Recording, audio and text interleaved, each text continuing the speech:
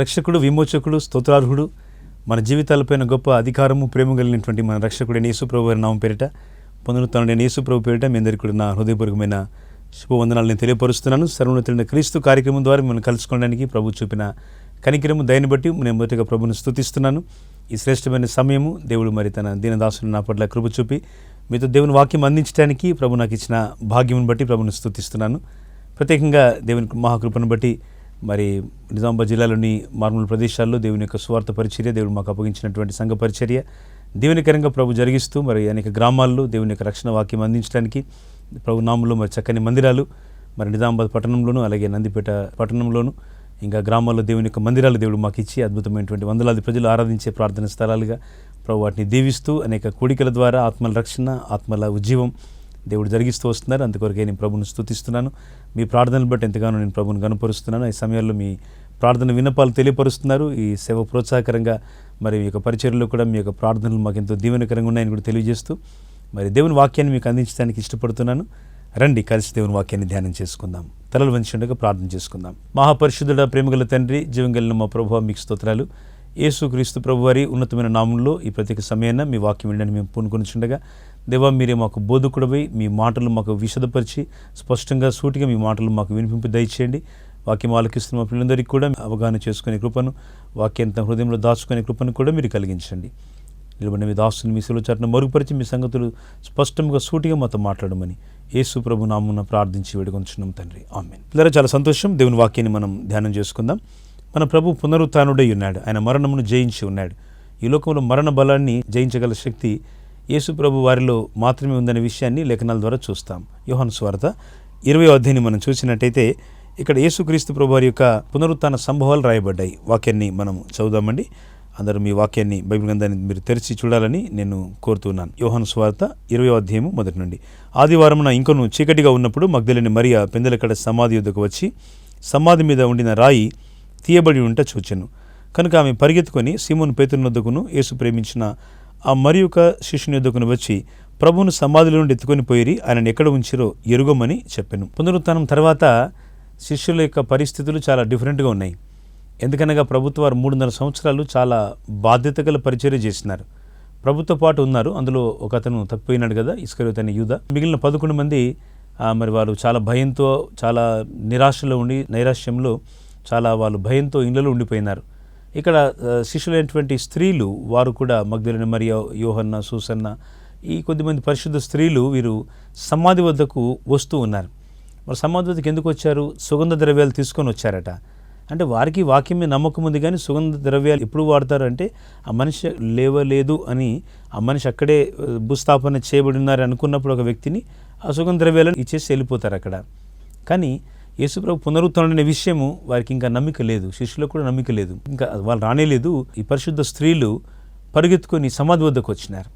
అని వారికి ఒక ఆశ ఉంది మనసులో, ఏదో అద్భుతం జరగబోతోంది, ప్రభు రాబోతున్నాడు, ఆయన లేవబోతున్నాడు, ఒక నిరీక్షణ వారిలో ఉందండి.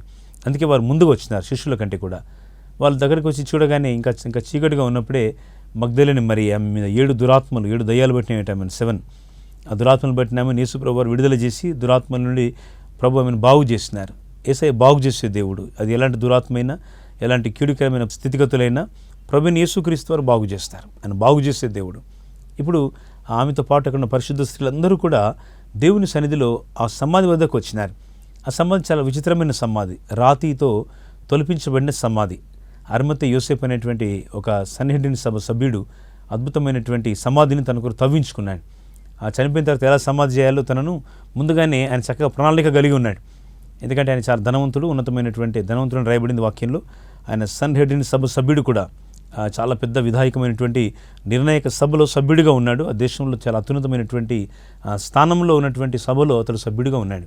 ఇలాంటి వ్యక్తి యేసుప్రభును మానవుడిగా ప్రభు పరిచర్య చేస్తుంటే ఏ రోజు పిలిచినట్టు కానీ, ఏ రోజు ప్రభువును ఆ కుష్ఠరోగైన సీమోను వలె కానీ, లేక ఇంకా మాట్లాడుతుంటే జక్కయ్య వలె కానీ, ఇంకా మరియ, మార్త, లాజరు గృహంలో ప్రభుకు ఆతిథ్యం ఇచ్చినట్టు కానీ ఏ ఆతిథ్యం మనకు మచ్చు కూడా కానరాదు.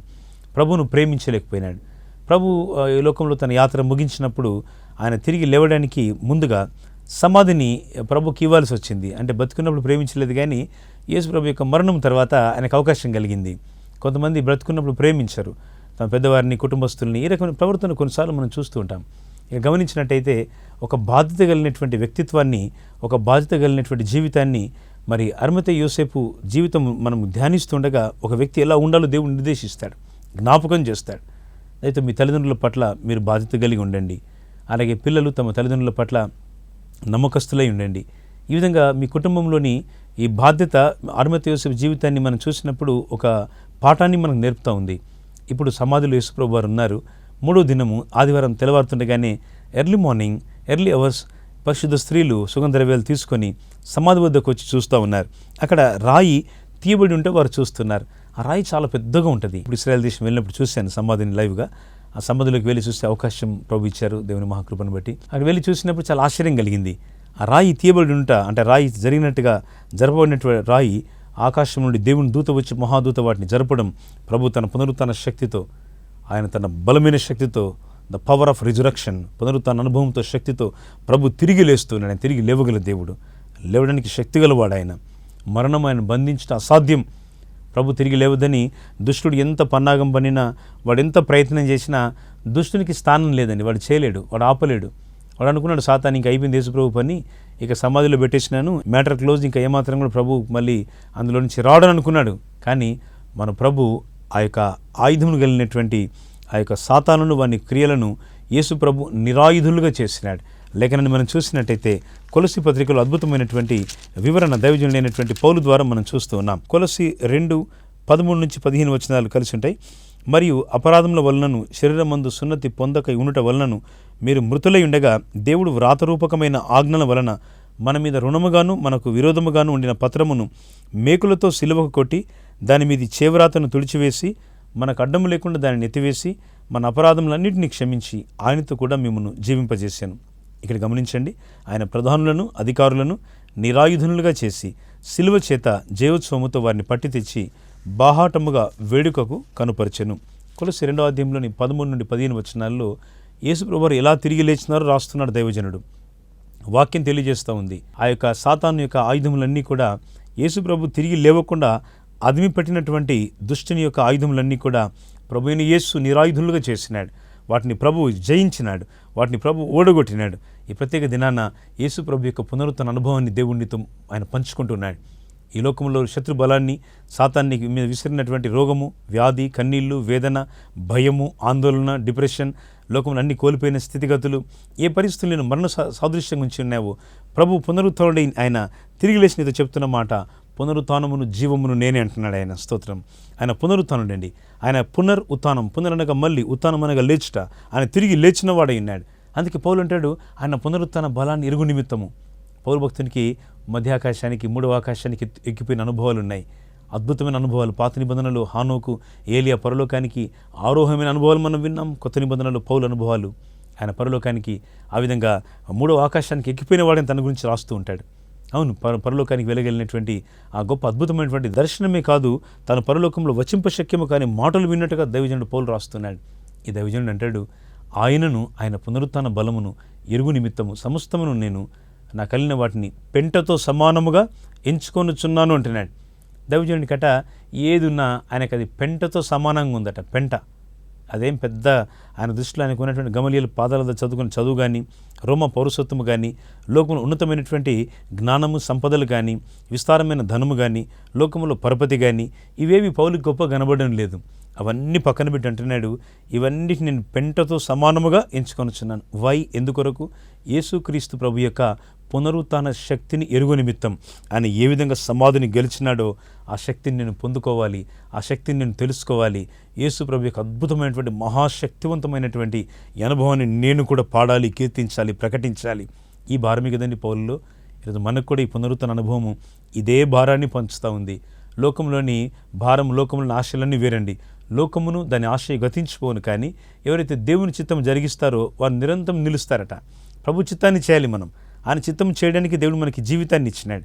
ఈ జీవితంలో యేసుక్రీస్తు ప్రభు యొక్క పునరుత్థాన బలమును, శక్తిని మనం పొందుకున్న తర్వాత ఈ లోకంలో ప్రభు కొరకు మనం ఒక అద్భుతమైనటువంటి సాక్ష్యం కలవారంగా బ్రతకాలి. దేవుని వాక్యం మనం చూసినట్టయితే అపోస్తల కార్యం 1:8 వచనంలో అంటున్నాడు, అయినను పరిశుద్ధాత్మ మీ మీదికి వచ్చినప్పుడు మీరు శక్తి నొందెదరు గనుక మీరు యెరూషలేములోను, యూదయ, సమరయ దేశములందు అంతటను బోధిగంతము వరకును మీరు నాకు సాక్షులై ఉంటారు.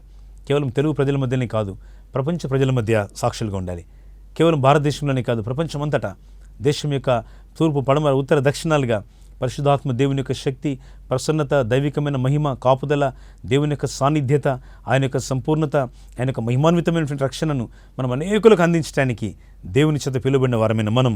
అందుకే ప్రభు అంటున్నాడు, పరిశుద్ధాత్మ శక్తి మీరు పొందినప్పుడు మీరు ఎలా ఉంటారంటే యూదయ, సమరయ, గలిలయ దేశం అనేది అంటున్నారు. యూదయ అంటే యెరూషలేముకు దగ్గరగా ఉన్న ప్రదేశం. ఇక్కడ చూసినట్టయితే యూదయ ప్రజలు అంటే భక్తి, ప్రార్థనలు, యాచనలు, కృతజ్ఞతాస్తుతులు, ఆరాధనలతో ఉన్నటువంటి ప్రజలు. యూదయ, సమరయ, గలిలయ ప్రజలు. సమరయ ప్రజలు కొంచెం దూరంగా ఉన్న యెరూషలేము నుంచి వారికి భక్తి విశ్వాసాల్లో కొంచెం వెనుకంజలో ఉన్నారు. యూదయ, సమరయ, ఆఖరికి గలిలయ ప్రదేశాలు, దేవుని సన్నిధి నుంచి చాలా చాలా దూరంగా ఉన్నటువంటి ప్రదేశాలు ఉన్నవారు కూడా ఈ దిన విశ్వాసంలో బలహీనులు, విశ్వాసంలో తక్కువ, అంటే దేవుని దగ్గర సరైనటువంటి నమ్మిక లేని వారు ఉన్నవారు, భక్తి విశ్వాసాలు, దేవుని దగ్గరికి ప్రార్థనలు, ఉపవాసములు, సాక్ష్యములు, దశమభాగములు, దేవునితో నడిచే నడకలు వెనుకంజలు ఉన్నవారు కూడా ఈ దినం ప్రభు కొరకు ఒక మంచి సాక్షార్థమైన జీవితాన్ని సంపాదించుకోవాలి. ఈ మాటలు మీరు పోగొట్టుకోవద్దని కోరుతున్నాం. ఈ మాటలు దేవుని వాక్యం. ఈ మాటలు మీరు దయచేసి స్వీకరించండి. దేవుని వాక్యాన్ని, మనుషుల మాటలు వింటే మనం గొప్పవాళ్ళం కాలేం, కానీ వాక్యాన్ని వినాలి. వాక్య ప్రకారం ప్రవర్తించే వారిని ఉండిన వాక్యం అంటుంది. వాక్య ప్రకారం ప్రవర్తించాలి. మీరు ఒక సంఘ పెద్ద అయినా, మీరు ఒక స్త్రీల సమాజం నాయకులైనా, మీరు ఒక సంఘంలో ఒక పెద్ద పదవిలో ఉన్న వాక్యం మీతో, నాతో, మనందరితో మాట్లాడుతూ ఉంది. వాక్యం విరోధంగా మనం ఏది మాట్లాడకూడదు. వాక్యాన్ని లోబడకుండా, వాక్యాన్ని మన జీవితంలో చేర్చుకోకుండా మనం చేయగలిగినవన్నీ కూడా దేవుని దగ్గర వృధా అనే విషయాన్ని మనం గమనించాలి. అందుకే బైబిల్ అంటుంది, దేవునికి లోబడి ఉండుడి, అపవాదిని ఎదిరించుడి, అప్పుడు వాడు మీ యొద్ద నుండి పారిపోవును అంటున్నాడు. అపవాది ఎప్పుడు పారిపోతాడు? దేవునికి నువ్వు లోబడినప్పుడు, పాపమును జయించినప్పుడు, దుష్టుని యొక్క కార్యములను నువ్వు జయించినప్పుడు, నువ్వు దేవునికి లోబడుతుండగా సాతాను నేను చూస్తే వాడు ఆమడ దూరం పరిగెత్తుపోతాడు. వాడిని నేను చేయలేడు. ఒకరు చేసిన వాడిని మీద విజయం పొందలేడు. దేవుడు ఒకరు అనుమతిస్తే నీ జీవితంలో శ్రమలు కలుగుతున్నవి యోబు వల్ల తెలియదు. ఒకవేళ బాధలు, కన్నీళ్లు, వేదనలు, కష్టాలు నీ జీవితాన్ని కృంగదీస్తున్నాయేమో, అయితే ఇప్పుడు దేవుని వాక్యం ధైర్యపరిచే మాట, నేను నీకు తోడుగా ఉన్నాను, నేను విడువను, ఎడబాయననే మాట. ఈ మాట ప్రభు నీతో స్పష్టంగా మాట్లాడుతున్నాడు. కనుక నువ్వు కృంగిపోవాల్సిన అవసరం లేదు. నువ్వు ఏ విషయంలో కూడా అధైర్యపడవలసిన అవసరం లేదు. ప్రియులారా, దేవుని వాక్యం అంటా ఉంది, మనం ఈ తరంలో దేవుని కొరకు ఒక సజీవ యాగముగా అబ్రహాము తన కుమారుణ్ణి ప్రభు కొరకు ఇస్సాకును బలిగా అర్పించడానికి ఆయన కొండ మీదకి ప్రభు చెప్పిన మోరియా దేశం యొక్క పర్వతాలలో ఒక పర్వతం మీదకి వెళ్ళమని దేవుడు ఆదికాండం 22వ అధ్యాయంలో తెలియజేయగానే వెంటనే చిత్తము ప్రభు అంటున్నాడు. ఎంత మంచి విశ్వాసం అండి. చాలామంది ఇలాంటి గొప్ప దైవజనులు ఈ తరంలో కూడా, ముందు కాలంలో కూడా భక్తి కలిగిన జీవితాన్ని వారు ప్రేమించినారు. ఒక మంచి దైవజనుడు అయినటువంటి టీజీ రేగ్లాండ్ అనే దైవజనుడు, ఆయన లండన్ మిషనరీ సొసైటీలో ట్రెజరర్గా ఉండేవాడట. చాలా మంచి అద్భుతమైనటువంటి చదువు, ఉన్నతమైనటువంటి మంచి ధనవంతమైన కుటుంబం మధ్య దేవుని కొరకు అద్భుతంగా జీవిస్తుండగా ప్రభు చెప్పాడు, నువ్వు భారతదేశానికి వెళ్ళి నా పరిచర్లో పనిచేయమని. ఆయన మన భారతదేశంలోని తమిళనాడు రాష్ట్రానికి వచ్చి దేవుని యొక్క వాక్యాన్ని తమిళనాడు ప్రజల మధ్య, దక్షిణ భారతదేశంలో దేవుని సువార్తను వ్యాపింపజేసినాడు. దేవుని యొక్క వాక్యాన్ని ప్రజలందరికీ తెలియపరుస్తూ వచ్చినాడు. 1000 గ్రామాల్లో దేవుని వాక్యాన్ని ఆయన స్థాపించినట్టుగా ప్రస్తుతం మనం వింటున్నాం, చూస్తున్నాం. దైవజనుడు టీజీ రేగ్లాండ్ భక్తుడు. ఇలాంటి దైవజనుల యొక్క సాక్ష్యాన్ని మనం వింటున్నప్పుడు వారు ఏ విధంగా కొన్ని వేల మందికి, లక్షల మందికి ఆశీర్వాదకరంగా గడిచిన తరంలో ఉన్నారో మనం వారి పేర్లు చెప్తూ పోతే చాలామంది, మన తెలుగు వారిలో ఎంతోమంది గొప్ప దైవజనులు ఉన్నారు. వారి పేర్లు చెప్పగలిగేంత గొప్పని కాదు నేను. చాలా గొప్ప దైవజనుల యొక్క పాదాలు ఈ భూమి మీద నడిచినాయి. వారు దేవుని కొరకు కొన్ని వేల మందిని, లక్షల మందిని సంపాదించారు. ప్రభు కొరకు ఉదాత్తమైన, ఉన్నతమైన జీవితాన్ని వారు జీవించినారు. మనమెందుకు అలా జీవించకూడదు? మనమెందుకు సౌవార్థిక పరిచర్య కొరకు, సంఘ స్థాపన, ఉజ్జీవం, మీ సంఘములో, మీ యొక్క దైవజనుల యొక్క నడిపింపులో, మీ యొక్క సంఘ విస్తరణలో మీరు కూడా భాగస్థులు అవ్వాలి. కొన్ని చోట్ల విస్తరణ అనగానే సంఘంలో తల ఒక దిక్కెళ్ళి సంఘాలు, బ్రాంచ్ సంఘాలు వాళ్ళకు వాళ్ళు పెట్టుకుంటూ ఉంటారు. నాయకత్వానికి లోబడరు. తప్పండి, ఇది వాక్యానుసారం కాదు. ఎలీషా దేవుని క్రమం కొరకు ఎదురు చూసినాడు. దేవుని నడిపించిన తన జీవితాన్ని, విశ్వాసతను, దేవుని యొక్క నమ్మికను, రాజ్యం కొరకైన భారాన్ని పంచుకున్నాడు. దేవుని చేత నడిపించబడ్డాడు. అందుకే ఏలియా కంటే రెట్టింపు అద్భుతాలు ఎలీషా జీవితంలో జరిగినాయి. చాలామంది మర్చిపోతున్నారు ఈ సత్యాన్ని. ఎవరికి వారిగా సొంతంగా సేవకుడు నచ్చలేదు అనుకోండి, వాక్యం నచ్చలేదు, ఇంకో సంఘాన్ని పెట్టుకోవడం. ప్రభు చెప్పారు ఆ విధంగా. ప్రభు చెప్పింది చేస్తే నీళ్లు ద్రాక్షరసంగా మారినాయి. ప్రభు చెప్పినట్టుగా చేస్తే ఎక్కడ ఏ రకమైన యోగ్యత లేని పరిస్థితులు యోగ్యత గల పరిస్థితులుగా మారతాయి. దేవుడు చెప్పిన మాట వినాలి. ఏదో మాట విని ఏదో ఒక ఆలోచన తెచ్చుకొని కొన్నిసార్లు అనవసరమైన కోపాన్ని, తాపాన్ని, అనవసరమైనటువంటి భావోద్రేకాలను చూపుతూ కొంతమంది సంఘాలలో దేవునికి వ్యతిరేకంగా నడిచే వాళ్ళు కూడా ఉన్నారు. వాళ్ళు అనుకుంటారు మేము దేవునికి సేవ చేస్తున్నామని. కాదండి, దేవుని సేవకు క్రమము, పద్ధతి, విధానము దేవుని వాక్యంలో ఉన్నాయి. నీకు ఒక నాయకుడు ఉండాలి, నాయకత్వం కింద నీ సంఘం ఉండాలి. దేవుని యొక్క నడవడికలో, క్రమశిక్షణలో నీ యొక్క సంఘ నమూనా కట్టబడాలి. దేవుని యొక్క వాక్య ప్రమాణంలో నీ సంఘము నీవు పెంచబడాలి. ఈ దేవుని యొక్క క్రమము. యెహోషువ 40 సంవత్సరాల కాలము మోషే నాయకత్వం కింద భయం కలిగి నడుచుకున్నాడు. ఆయన మంచి సాక్ష్యం పొందాడు. మోషే పరిచారకుడు, నూను కుమారుడైన యెహోషువ.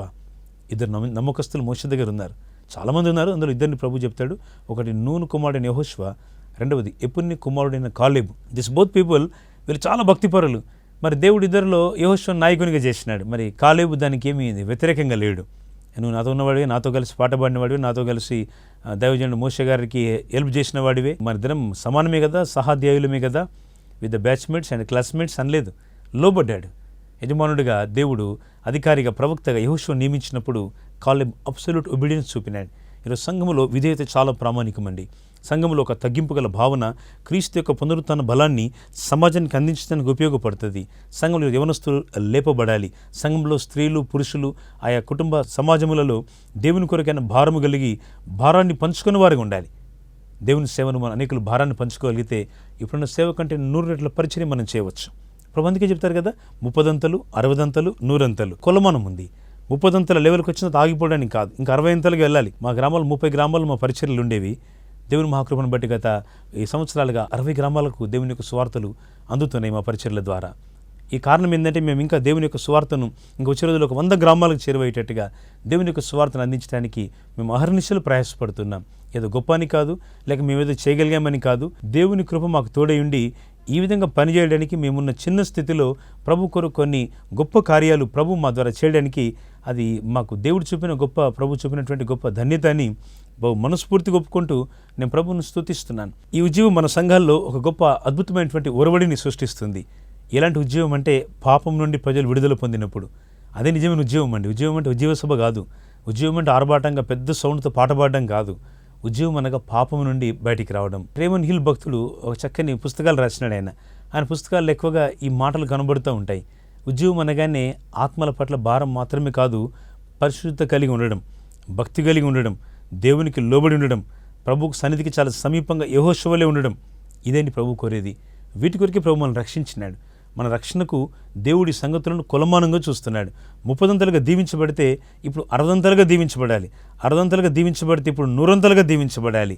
ఆగిపోవడానికి కాదు, సాగిపోతూ ఉండాలి. జీవితం చాలా చిన్నదండి, చాలా గొప్పదేం కాదు, చాలా అల్పమైనది. అంతలో కనబడి అంతలో మాయమైపోయి ఆవిరి వంటిది. భూకంపాల గురించి వింటున్నాం, భయంకరమైనటువంటి పరిస్థితులు కలుగుతున్నాయి తెలుగు రాష్ట్రాల్లో. ఇవన్నీ ఏం చెప్తున్నాయంటే ప్రభు యొక్క 2వ ప్రశస్త రాకడను మనం గుర్తు చేస్తున్నాయి. ఎలా ఉంది మన ఆత్మీయత, ఎలా ఉంది మన ప్రార్థన ఉజ్జీవం, ఎలా ఉంది మన యొక్క నడవడిక ప్రభులో, ఎలాంటి నడక కలిగి మనం ప్రభువును సేవిస్తున్నాం. అందుకే క్రీస్తు పునరుత్థాన శక్తిని, బలాన్ని మనము సంపాదించుకొని ప్రభు కొరకు సాగిపోవాలి. లియోనార్డ్ రేవన్ హిల్ భక్తుడు మనము చివరి దినములలో కాదు, చివరి నిమిషములలో ఉన్నామంటున్నాడు. అంటే కేవలం రాకడ దినాల్లో మనం ఉన్నామని, చివరి దినాల్లో అని చెప్తున్నాం కాదండి. ఇంకా కొంచెం లోతుగా చూస్తే చివరి నిమిషములలో ఉన్నాం. వేరియన్ టైమ్స్. మనం చాలా రాకడ దినాల్లో చివరి సమయాల్లో మనం ఉన్నాం. అందుకే యుగాంతమందున మనకు బుద్ధి కలుగుటకై ఈ లేఖనాలు రాయబడిన పౌలు భక్తులు మరికొన్ని పత్రిక 10వ అధ్యాయంలో రాస్తున్నాడు. కనుక మనం వీటిలో మరింత నిపుణతను పునరుద్ధరణ క్రీస్తును మనం వేడుక చేసేటట్టుగా, ఆయన సజీవమైనటువంటి శక్తిని మన లోకానికి అందించేటట్టుగా మనం ప్రయాసపడాలి. యేసు మన పాపముల కొరకు మరణించి, ప్రభువైన యేసు మన కొరకు భూస్థాపన చేయబడి, ప్రభువైన యేసు మన కొరకు తిరిగి లేచి ఆయన ఆ ఒలివల కొండ నుండి పరలోకానికి ఆరోహణమైనాడు. మళ్ళీ ఏ విధంగా ఆరోహణమై వెళ్ళినాడు ప్రభు, ఆ రీతిగా ప్రభు మళ్ళీ రాబోతున్నాడు. ఆయన త్వరగా రానయ్యున్నాడు. ఆయన వచ్చినప్పుడు ఆయన ప్రతి వానికి వాని క్రియలు చొప్పున వారికి ప్రతిఫలంను దేవుడు ఇస్తాడు. ప్రభు ఇచ్చే ప్రతిఫలం కొరకు మనం పని చేయాలి, వాటి కొరకు మనం సిద్ధపడాలి. వాటి కొరకు ఈ రక్షణ మనకు దేవుడు ఇచ్చినాడు. ఈ రక్షణ లోకంలో ఉన్నటువంటి విషయాలను బట్టి, లోకంలోని పరిస్థితులను బట్టి, లోకంలోని మరి విషయాలను బట్టి మన రక్షణ ఆధారపడదు. కానీ దేవునితో నీ యొక్క నడక, దేవునితో నీ యొక్క విశ్వాసపు ప్రయాణం ప్రభు కొరకు సాగిపోయేదిగా, ప్రభు చిత్తాన్ని చేసేదిగా నీ జీవితం ఉండాలని దేవుడు ఆశపడుతున్నాడు. అందుకొరికి ప్రభు ఈ రక్షణ మనకు కలగజేసినాడు. ఈ గొప్ప రక్షణ దేవుడు మనకి ఇచ్చినాడు. ఈ రక్షణలో మన ప్రభు యొక్క పునరుత్థాన శక్తిని మనం యొక్క బలముతో నింపబడి మనం ముందుకు సాగాలి. వెళ్ళి పరిగెత్తుకొని పోయి మరి ఏం చేసిందంటే యేసు ప్రేమించిన శిష్యుడైనటువంటి అనగా యోహానుకు అండ్ ఆల్సో పేతురుకు తెలియజేస్తూ ఉంది. వాళ్ళందరూ వచ్చి చూస్తూ ఉంటే అక్కడ వారికి విడిచిపెట్టబడినటువంటి ఆ నార బట్టలు, వస్తువులు, ఆ దుస్తులన్నీ కూడా అక్కడ కనబడుతున్నాయి. అక్కడ ఈ మరి పేతురు లోపలికి వెళ్ళి చూస్తూ ఉన్నాడు. మరి ఆ స్థలం అంతా కూడా చాలా ఆశ్చర్యకరంగా వాళ్ళకి కనబడుతూ ఉంది. చాలా అద్భుతంగా ప్రభు యొక్క సువార్త, అక్కడ ఒకవైపు దూత మరి అక్కడ కూర్చున్న సందర్భము, ఆ దూత అక్కడ అంతకుముందే రాయి కదిపినటువంటి సంభవము, ఇవన్నీ కూడా అక్కడ కనబడుతూ ఉన్నాయి. మరి లోపలికి వచ్చి చూస్తూ ఉంటే ఎక్కడ ప్రభు కనబడట్లేదు. అక్కడ ప్రభు స్వయంగా నిలబడి ఉంటే ప్రభువును తోటమాలనుకుంటా ఉంది ఆమె. గార్డెనర్, వాచ్మ్యాన్ అనుకుని ప్రభువుని అంటా ఉంది, అయ్యా నా ప్రభువును ఎక్కడికి తీసుకొని పోయినారో నాకు చెప్పు, నా ప్రభు కనబడట్లేదు ఇక్కడ. అప్పుడు ప్రభు అంటున్నాడు, మరియా అని పిలుస్తున్నాడు. ఆ మాట పిలవగానే మరియకి అర్థమైపోయింది, ఈ మాట స్వరం ఎవరిదో కాదు, నా ప్రభుదే, నా ప్రాణప్రియుడైన నా దేవుడిదే, నా ప్రభుని యేసు పిలుస్తున్నాడు ఇక్కడ అని గుర్తుపట్టి వెంటనే ఆమె హీబ్రూ భాషలో అంటూ ఉంది. ఏమంటా ఉందంటే రబ్బూని అంటా ఉంది, అంటే బోధకుడా అంటా ఉంది. బోధనలన్నీ విన్న తర్వాత మరియా ఆ సమయంలో చాలా ఆశ్చర్యానికి గురైపోతూ ఉంది. నా ప్రభువుని ఎక్కడికి తీసుకుని పోయినారో చెప్పండి అంటా ఉంది. అంటే అంతకుముందు ఆమె ప్రభువుని ఎక్కడికి తీసుకుని పోయినారో చెప్తే తాను ఒక స్త్రీ ఉండి కూడా ప్రభు ఉన్నటువంటి స్థలానికి వెళ్ళి ప్రభువుని నేను మోసుకొని వస్తా అన్నట్టుగా మాట్లాడుతూ ఉంది ఆమె. ఎంత గొప్ప ధైర్యంతో కూడిన మాట అండి. ప్రభు కొరకు ఎలాంటి పరిస్థితిని ఎదుర్కోగలిగేటువంటి ఒక దృఢమైన నిశ్చయత మనం మరియలో చూస్తున్నాం. అంతకుముందు జీవితం దయ్యముల చేత పీడింపడిన జీవితం, 7 దురాత్మలు ఆమెను ఎంతగానో పీడించినట్టుగా దేవుని వాక్యం బైబిల్ గ్రంథంలో మనం చదువుతున్నాం. అయితే ఇక్కడ పునరుత్థానుడైన క్రీస్తు దగ్గర రాగానే ఆమె జీవితం మారిపోయింది. ఖాళీ దుస్తులు, ఖాళీ బట్టలు, ఖాళీ సమాధి, దేవదూతలు ఆమెకు ఆదరణ కలిగించలేకపోయినారు. కానీ యేసుక్రీస్తు యొక్క మాట, శబ్దము, స్వరము ఆమెకెంతో నెమ్మదిని కలిగించింది. అప్పుడు ఆమె అంటూ ఉంది, రబ్బూని అని పిలుస్తూ ఉంది, ఓ నా బోధకుడా అని పిలుస్తూ ఉంది. ప్రభు ఈ సమయం ప్రత్యేకంగా ఆయన ఈ ప్రసారం ద్వారా మీతో మాట్లాడుతున్నారు. ఆయన మీ జీవితంలో నిజముగా నిశ్చయముగా ఆయన మీకు ఆదరణ కలిగించగలడు. మీరున్న కష్ట స్థితిగతులలో, మీరున్న ఇబ్బందుల మధ్య, మీరున్న కన్నీటి మధ్య, మీరున్న శోధనల మధ్య, మీరున్నటువంటి నిరుత్సాహముల మధ్య ప్రభు మీ కొరకు మేలు చేయటకు నిలిచి ఉన్నాడు. ఆయన మీ కొరకు సహాయం చేయటకు నిలిచి ఉన్నాడు. మీరు ఈ సమయం ముందు ప్రభు కొరకు మిమ్మల్ని మీరు అర్పించుకోండి. మిమ్మల్ని మీరు దేవుని సన్నిధిలో సమాధానపూర్వకంగా, ప్రభువా నువ్వు నాలోనికి రా, నన్ను నీవు నడిపించు, నన్ను నీ యొక్క పునరుత్థాన శక్తితో నన్ను నింపు ప్రభువా. పౌలు వలె ఇందాక మీకు మనవి చేసినట్టుగా యేసుక్రీస్తు ప్రభు యొక్క పునరుత్థాన శక్తిని, బలమును, ఎరుగు నిమిత్తము సమస్తమును పెంటతో సమానముగా ఎంచుకొని వచ్చినాడట. ఏది ఆయనకు గొప్ప కనబడట్లేదు. యేసుక్రీస్తు ప్రభు యొక్క సిలువ తప్ప మరి ఏది కూడా పౌలుకి గొప్పదిగా ఘనంగా కనబడడం లేదు. అందుకే పౌలు ఆ సువార్త కొరకు ఒక గొప్ప సాక్షిగా, ఒక ఉన్నతమైన పిలుపు, ఒక శ్రేష్టమైన పిలుపు, ఒక ఉదాత్తమైనటువంటి దేవుని యొక్క పిలుపు కొరకు తను ప్రత్యేకపరుచుకుంటున్నాడు. ప్రభువా, ఇది కేవలం నీ కృప, నన్ను రక్షించినావు, ఈ రక్షణ నా ప్రజలందరికీ అందించడానికి. అందుకే పౌలు అంటాడు, సువార్తను ప్రకటింపలేకపోయినట్టయితే నాకు శ్రమ అంటాడు. ప్రకటిస్తే శ్రమ కాదు, ప్రకటించకపోతే శ్రమ అంటాడు. ఈరోజు చాలామంది ప్రకటిస్తే శ్రమ అనుకుంటున్నారు. ప్రకటించాలంటే ఎంత ప్రయాసం, ఎంత కష్టం. ఎన్నో గ్రామాలు, ఎన్నో తాండాలు, ఎన్నో ప్రదేశాలు సువార్త అందని ప్రాంతాలు ఎన్నో ఉన్నాయి. ఎన్నో ప్రాంతాలకు సువార్త అందవలసిన భారం మన మీద ఉంది. ఎందరికో ఈ దైవికమైన ఈ ప్రేమ తెలియజేయవలసిన భారం మనందరిపైన ఉంది. ప్రభు ప్రేమతో పిలుస్తున్నాడు. ఈ రక్షణ భారాన్ని, ఈ గొప్ప భారాన్ని ప్రభు ఈరోజు తన ప్రేమపూర్వకమైన పిలుపుతో ఆయన పిలుస్తున్నాడు. ఆయన నీకు ఆదరణ కలిగించేవాడు. యేసు ఒక్కడే నీకు ఆదరణ ఇచ్చేవాడు. ఆయన నీ పట్ల దయచూపువాడు. ఆయన నీ జీవితంలో నువ్వు కలిగిన ప్రతి చీకటిని వెలుగు చేయగలవాడు. నీ మనస్ఫూర్తి ప్రభు దగ్గర నువ్వు మల్లుకో. ప్రభువా, నీ పునరుత్థాన శక్తి నీవు నాకు కలిగించు, నీవు నాకు దయచేయమని నువ్వు కోరుకున్నట్టయితే ప్రభు నీలో పునరుత్థాన శక్తిని ఇస్తాడు. అబ్రహాం యొక్క మృతులమైనటువంటి శరీరాన్ని ఆయన గొప్ప ఆరోగ్యవంతంగా సార గర్భాన్ని తెరిచిన దేవుడు, వారికి ఒక సంతానాన్ని ఇచ్చిన దేవుడు, వారి జీవితాల్లో ఏ మనిషి చేయలేని సహాయాన్ని చేసినటువంటి పునరుత్థానుడైన క్రీస్తు ఈ పూట ఈ వాక్యం వినిచుండగా యేసు నీలో, నీతో, నీ కుటుంబంతో ఆయన ఉండి పనిచేయాలని కోరుతున్నాడు. నువ్వు చేయవలసిందల్లా పునరుత్థానుడైన క్రీస్తుని హృదయంలోనికి ఆహ్వానించడం, పునరుత్థానుడైన క్రీస్తును నీ హృదయపూర్వకంగా నువ్వు ఆయన ఒప్పుకోవడం. ప్రభువా, నా జీవితంలో నీవు నాకు దీపమై ఉండు, నన్ను నీవు నడిపించు, నీ యొక్క చిత్తంలో నా జీవితాన్ని కట్టుకోవడానికి ప్రభువా నేను ఇష్టపడుతున్నాను, నాకు సహాయం చేయమని నువ్వు చెప్పగలిగినట్టయితే కృపగల దేవుడు నీ పక్షంగా సహాయం చేయగలుగుతాడు. అందుకే ఆ సుగంధ ద్రవ్యాలతో వచ్చిన స్త్రీలు వారు యేసు ప్రభువును చూడడానికి దేవుడు వారికి అవకాశం ఇచ్చినాడు. వారు కేవలం ఒక సమాధిలో అక్కడ భూస్థాపన చేయబడినటువంటి ఒక వ్యక్తిని, బోధకుని మాత్రం చూడాలనుకున్నారేమో, కానీ ఈ బోధకుడు ఆయన సమాధిలో లేడు, ఆయన లేచి ఉన్నాడు. పరలోకానికి ఆరోహణం అవ్వడానికి ఆయన సిద్ధంగా ఉన్న సమయం అది. అవును ప్రజలారా, ప్రభు యొక్క రాకడ అది సత్యమైనది.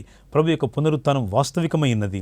ఆయన యొక్క శిలువ మరణము మానవులను మనందరి కొరకై ఆయన తన రక్తమును కార్చి ఉన్నాడు. అందుకే యేసుక్రీస్తు రక్తము ప్రతి పాపము నుండి మనల్ని పవిత్రులుగా చేస్తూ ఉంది. ఈ పవిత్రమైన రక్తము మన కొరకు ఆయన చిందించి ఆయన మనల్ని తన పిల్లలుగా, తన స్వాస్థ్యముగా ఆయన మనల్ని ఎంచుకొని ఆయన హృదయపూర్వకంగా మనల్ని పిలుస్తున్నాడు. నా ఇదొక రండి అంటున్నాడు ఆయన. మనం కొన్నిసార్లు రావట్లేదు. ప్రభువా, నేను చాలా బిజీగా ఉన్నాను, నేను చాలా పనుల్లో ఉన్నాను ప్రభువా. చాలామంది రోజుల్లో సువార్థికమైన పరిచర్య, సంఘపరమైన పరిచర్యల్లో, దేవుని యొక్క రాజ్యం కొరకైన పనుల్లో చాలామంది ఈరోజు వెనుకంజలో ఉన్నారు. ప్రజలారా, మెలకువబడండి. దేవుని వాక్యం అంతా ఉపదేశిస్తున్న విధంగా, ప్రియ సహోదరి సోదరులారా, దేవుని మాటలు మనతో పంచిపెట్టబడుతున్న విధంగా మిమ్మల్ని మీరు దేవునికి అర్పించుకోండి.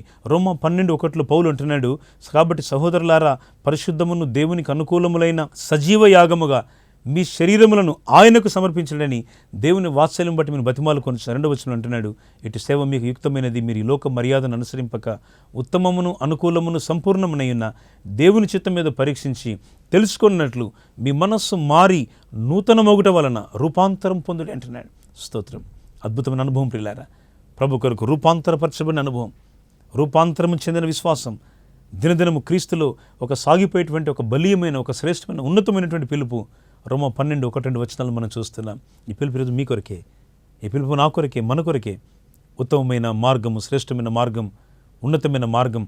ఆ మార్గాన్ని పౌలు భక్తుడు ఇంకో సమయంలో కూడా జ్ఞాపకం చేస్తాడు.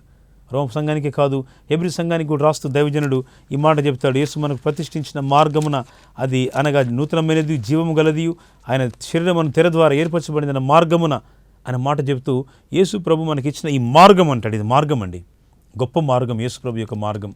ఈ మార్గంలోనికి మనము రావాలి, మార్గంలో నిలబడాలి, ఈ మార్గంలో సాగిపోవాలి. ఒకవేళ ముందు ఎర్ర సముద్రం ఉన్నా అది ఆయన చూసుకుంటాడు. అది పాయలు చేసే పని ఆయన చూసుకుంటాడు. కనానుకు చేర్చే పని ఆయనే చూసుకుంటాడు. యెహోవా ఈరే చూచుకొని దేవుడు మోషే ప్రత్యక్షం ఇవ్వలేదు, ఆ ప్రభువే మనతో ప్రత్యక్షమై మాట్లాడుతే మాటలు పునరుత్థానంలో మనం చూస్తున్నాం. అదేమిటంటే ఈ లోకం మర్యాదను అనుసరింపొద్దు అంటాడు. ఎలా ఉండాలట? ఉత్తమమును, అనుకూలమును, సంపూర్ణమునయున్న దేవుని చిత్తం మీద పరీక్షించి తెలుసుకున్నట్లు మీ మనస్సు మారి నూతన మొగుట వలన రూపాంతరము పొందుడి. రూపాంతరము పొందుడి. ఒక అద్భుతమైనటువంటి రూపాంతర అనుభవం. యేసు ప్రభు తన శిష్యులను కొండ మీద తీసుకెళ్లి ఎత్తైన కొండ మీద రూపాంతరము చెందినాడు. లోకంలో ఎవరు కూడా ఆ వస్త్రాలను అంత తెలుపు చేయలేరు. ధవలు నిండిన దేవుడు ఆ దగదగ మెరుస్తున్నటువంటి ధవల వస్త్రాలతో శిష్యులైనటువంటి పేతురు, యోహాను, యాకోబులు ప్రత్యక్షమయ్యాడు. వారు చాలా ఆశ్చర్యపడుతున్నారు. వారి ఆశ్చర్యానికి కారణం ఏమిటంటే యేసు ప్రకాశమైన వెలుగుతో, ప్రభువైన దేవుడు వెలుగుతూ విరాజిల్లుతూ ఉన్నాడు. అని చూడగానే వారికి ఏం అర్థం అవ్వట్లేదు. ఆ గాలి తాకిడి, ఆ శబ్దం వారిని ఎంతో భయకంపితులుగా చేసింది. అప్పటికే అంటాడు పేతురు, ప్రభువా మనం ఇక్కడ ఉండడం మంచిది. అక్కడ ప్రభుతో మాట్లాడుతున్నారు. మోషే, ఏలియాలు ప్రభుతో మాట్లాడుతూ ఉంటే చాలా ఆశ్చర్యపడతాడు. మోషే ధర్మశాస్త్రానికి ప్రతినిధి, ఏలియా ప్రవక్తలకు ప్రతినిధి. ఇద్దరు పాత నిబంధనలని అగ్రశ్రేణి ప్రవక్తలు ప్రభు అయినటువంటి యేసయ్యతో మాట్లాడుతూ ఉంటే పేతురు కడుపు నిండా నిండిపోయింది. చాలా సంతోషం అనిపించింది. అంటున్నాడు, ప్రభువా మనం ఇక్కడ ఉండడం మంచిదని. పరలోకముండకు స్వరం వచ్చింది, ఈయన నా ప్రియ కుమారుడు, ఈయన నేను ఆనందిస్తున్నాను, ఈయన మాట వినండి. నేను ముగిస్తున్నాను. ప్రభు మాట వినేదిగా ఈ పునరుత్థాన అనుభవం మీలో ఉండాలని ప్రభు కోరుకుంటున్నాడు. పేతురుతో ప్రభు అంటున్నాడు, ఏమని చెప్తున్నాడంటే, ఇదిగో ఈ మాటను విను పేతురు, పరలోకం నుండి ఒక స్వరం వచ్చింది. యోహాను, యాకోబు పేతురులతో మాట్లాడుతోంది. ఏమని? ఇదిగో ఈయన నా ప్రియ కుమారుడు, ఈయన నేను ఆనందిస్తున్నాను, ఈయన మాట వినండి. బాప్సం పొంది సమయంలో యేసు ప్రభు వారికి తిరగబడిన ఆ మధ్యకాశపు శబ్దము, ఆ పరలోక ఆ స్వరము తిరిగి రూపాంతరంలో కూడా కనబడుతూ ఉంది. యేసు మనతో సందేశం ద్వారా ప్రభు మాట్లాడుతున్నారు. ప్రభువైన యేసు మీ హృదయాలలో ఈ రూపాంతర అనుభవాన్ని కలిగించాలని, ఈ పునరుత్థాన శక్తి మీలో ఫలింప చేయాలని కోరుకుంటూ ఈ తరానికి మనం ఒక చక్కని సాక్ష్యాన్ని, మాదిరిని ఇచ్చేవారికి మన జీవితాలను కట్టుకుందాం. దేవుడి మాటలు దీవించునుగాక. ఆమేన్. ప్రార్థన చేసుకుందామండి. తలలు వంచండి. సర్వాధికారి మా గొప్ప దేవా, మీకు స్తోత్రాలు. మీ వాక్యం మీరు అనేక రీతులుగా ప్రజలతో మాట్లాడుతూ వచ్చినారు. మా ప్రియ సహోదరి సోదరులందరినీ మీరు దీవించండి. ఈ కార్యక్రమం వీక్షిస్తున్న తెలుగు ప్రజలను అసంఖ్యాక ప్రపంచ జనులందరికీ కూడా మీ రక్షణ, ప్రపంచమందరికీ మీ దీవెన, క్షేమాన్ని దయచేయండి. ఈ కార్యక్రమాన్ని ప్రసారించడానికి సహకరించిన కుటుంబాన్ని, స్పాన్సర్ చేసిన కుటుంబాన్ని దీవించండి. మీ రాజ్య సువార్త మీ రాకడ పర్యంతము మీ పునరుత్థాన శక్తి ప్రజలకు అందులాగున వాక్యం ద్వారా, టీవీ పరిచయ ద్వారా అనేకులకు మేలుకరంగా చేయండి. ఈ ప్రత్యేకంగా తండ్రి శుభవార్త టీవీ యాజమాన్యాన్ని, సిబ్బందిని మీరు దీవించండి. శుభవార్త ఛానల్ ద్వారా ప్రపంచంలో పంపిస్తున్నటువంటి వాక్యాన్ని బట్టి కూడా మీకు స్తోత్రాలు. ఆశీర్వాదకరంగా చేయండి. ఈ కార్యక్రమంలో పాల్పొందుతున్న బిడ్డలందరినీ దీవించండి. యేసు క్రీస్తు ప్రభు నామంలో ప్రార్థించి వేడుకొంచున్నాము తండ్రి. ఆమేన్. అందరికీ దేవుని కృప తోడి ఉండాలని కోరుకుంటూ ఈ మాటలు ముగిస్తున్నాము. తిరిగి వచ్చే ప్రసారంలో కలుసుకుందాం. దేవుని కాపుదల, సంరక్షణ మీ కుటుంబాల్లో దేవుడు ఎల్లప్పుడూ తోడుగా ఉంచి మీ కుటుంబాల్లో ఆయన పునరుత్థాన శక్తిని ప్రభు ప్రకాశింపచేయునుగాక. ఆమేన్.